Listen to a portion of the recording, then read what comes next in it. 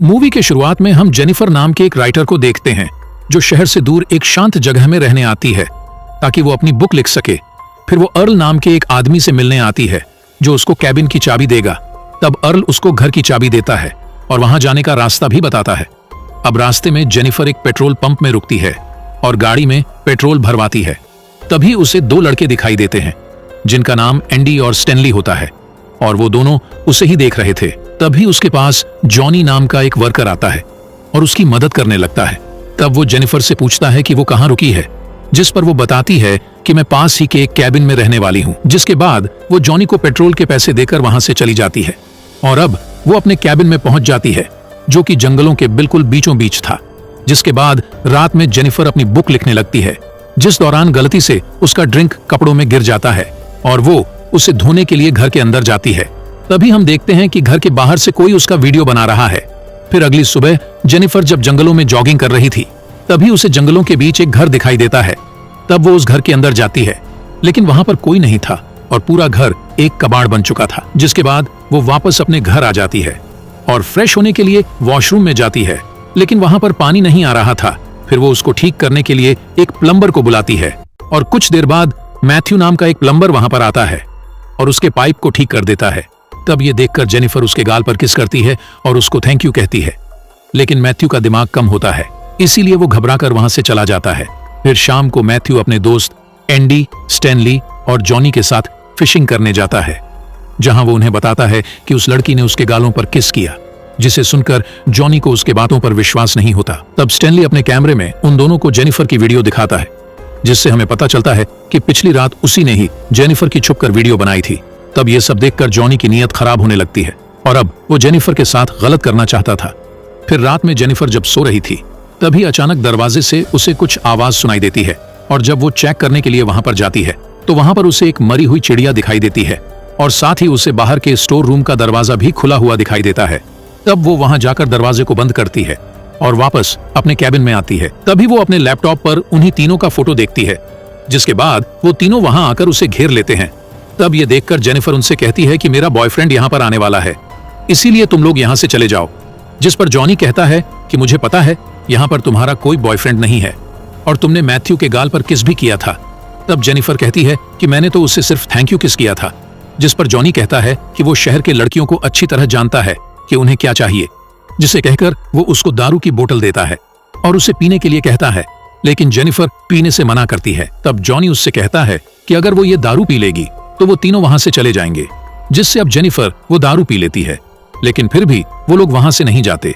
तभी जॉनी एक baseball bat को उसके मुंह पर लगाता है और उसको मुंह खोलकर अपना दांत दिखाने के लिए कहता है, जिसके बाद वो अपना गन निकालता है और उससे किस करने के लिए कहता है। फिर वो गन उसके मुंह में डाल देता है, जिसके बाद एंडी भी वो बोतल उसके मुंह में डालने के लिए जाता है। लेकिन तभी जेनिफर एंडी को नीचे गिराती है और स्टैनली के आंख में स्प्रे मारकर वहां से भागने लगती है। फिर भागते भागते सुबह हो जाती है और तभी उसे वहां पर दो आदमी मिलते हैं, जिनमें से एक शेरिफ था और दूसरा अर्ल था। तब वो उन्हें सारी बातें बताता है और शेरिफ उसको लेकर उसी कैबिन में जाता है, लेकिन वहां पर शेरिफ को कोई भी नहीं मिलता।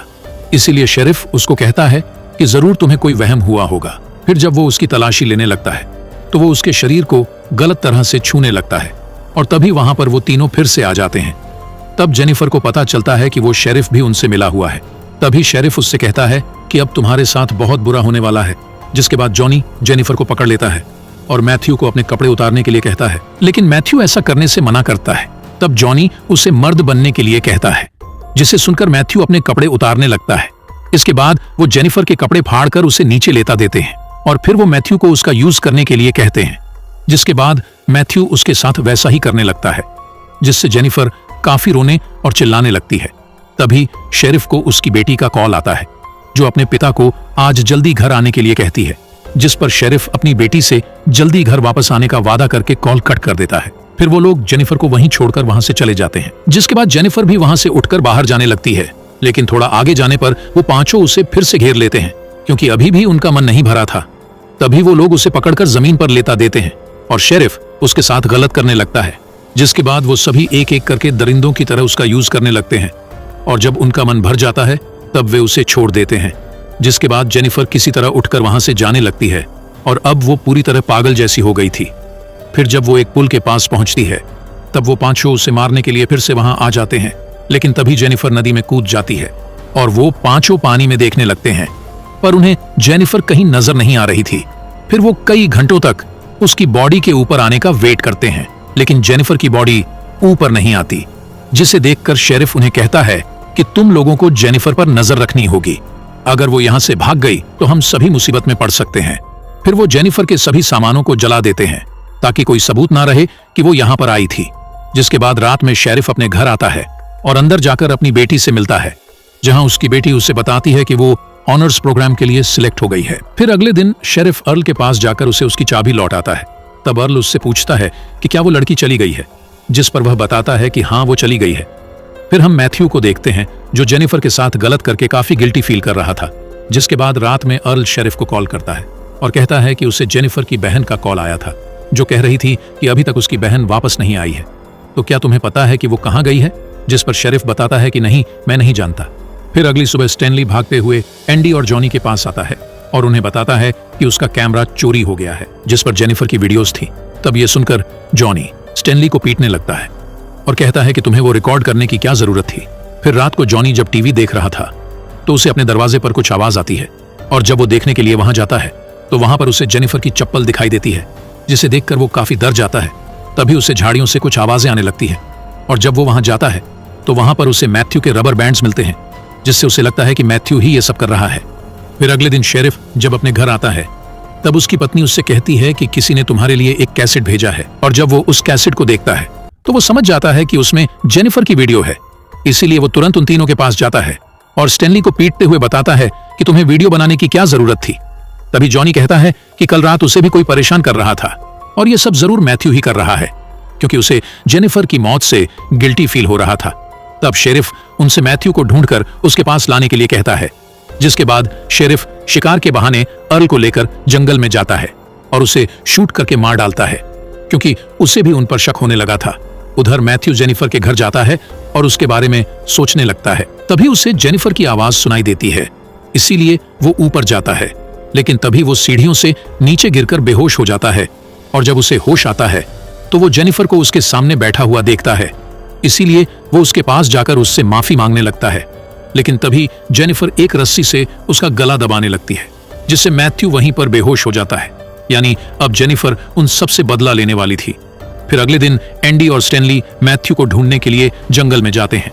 तभी एंडी को वहां एक घर दिखाई देता है और वो चेक करने के लिए उस घर में जाता है, और दूसरी तरफ स्टैनली के सामने जेनिफर आ जाती है और जब उसको मारने के लिए आगे बढ़ता है तो उसका पैर एक ट्रैप में फंस जाता है। और चीखने की आवाज सुनकर जब वहां पर एंडी आता है तो पीछे से जेनिफर उसको मारकर बेहोश कर देती है और साथ ही वो स्टैनली को भी मारकर बेहोश कर देती है। फिर एंडी की जब आंख खुलती है तो वह खुद को बाथटब के ऊपर बंधा हुआ पाता है। तभी जेनिफर पानी ऑन करके उस बाथटब को भरने लगती है और उधर स्टैनली को उसने पेड़ से बांध दिया था। तभी वो उसका भी वीडियो बनाने लगती है और वो उसका आईब्राउ उठाकर पेड़ से बांध देती है। इसके बाद वह एक मछली को काटकर उसका मांस स्टैनली के आंखों में घुसा देती है। तब उसके पास कुछ पंछी आकर उसके आंख में लगे मांस को खाने लगते हैं, जिसके साथ उसका आंख भी निकल जाता है और वो वहीं पर मर जाता है। जिसके बाद वो एंडी के पास जाती है और उसके पानी में एसिड पाउडर मिलाकर उसमें से एक लकड़ी निकाल देती है, जिससे एंडी पानी में चला जाता है और उसका चेहरा झलकर वो भी मारा जाता है। जिसके बाद जेनिफर उसी पेट्रोल पंप में जाती है और जॉनी को किडनैप कर लेती है। फिर उसको रस्सी से बांधकर टॉर्चर करने लगती है और आखिर में उसका पेनिस काटकर उसके ही मुंह में डाल देती है, जिससे तड़पते हुए उसकी भी मौत हो जाती है। और दूसरी तरफ शेरिफ को उसके पत्नी की कॉल आती है, जो उनसे कहती है कि उनके बेटी की एक टीचर उनके घर आई है। तब ये सुनकर शेरिफ उस टीचर से बात कराने के लिए कहता है और तभी हम देखते हैं कि वो टीचर जेनिफर है। फिर जब जेनिफर फोन पर उसे अपना नाम बताती है तो शेरिफ ये सुनकर काफी डर जाता है और कहता है कि मेरी बेटी को कुछ मत करना, लेकिन जेनिफर कॉल कट कर देती है और उसकी बेटी को लेकर वहां से चली जाती है। फिर जब शेरिफ अपने घर पहुंचता है तब उसकी पत्नी उससे कहती है कि टीचर उसको प्लेग्राउंड में ले गई है। ये सुनकर शेरिफ तुरंत वहां पर जाता है, लेकिन उसकी बेटी वहां पर नहीं थी। तभी गाड़ी में जेनिफर उस पर हमला कर देती है और उसको किडनैप कर लेती है। फिर शेरिफ को जब होश आता है तो देखता है कि जेनिफर ने उसी की शॉटगन को उसके पीछे घुसा दिया है। तभी शेरिफ जेनिफर से अपनी बेटी के बारे में पूछता है। तब वो उससे कहती है कि अगर तुम्हारी बेटी के साथ कोई ऐसा करे तो तुम क्या करोगे, जिस पर वो कहता है कि मैं उन्हें मार डालूंगा। तब जेनिफर कहती है कि मैं भी ऐसा ही करने वाली हूँ।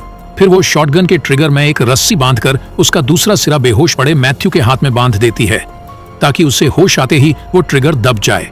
फिर वो बाहर आकर बैठ जाती है।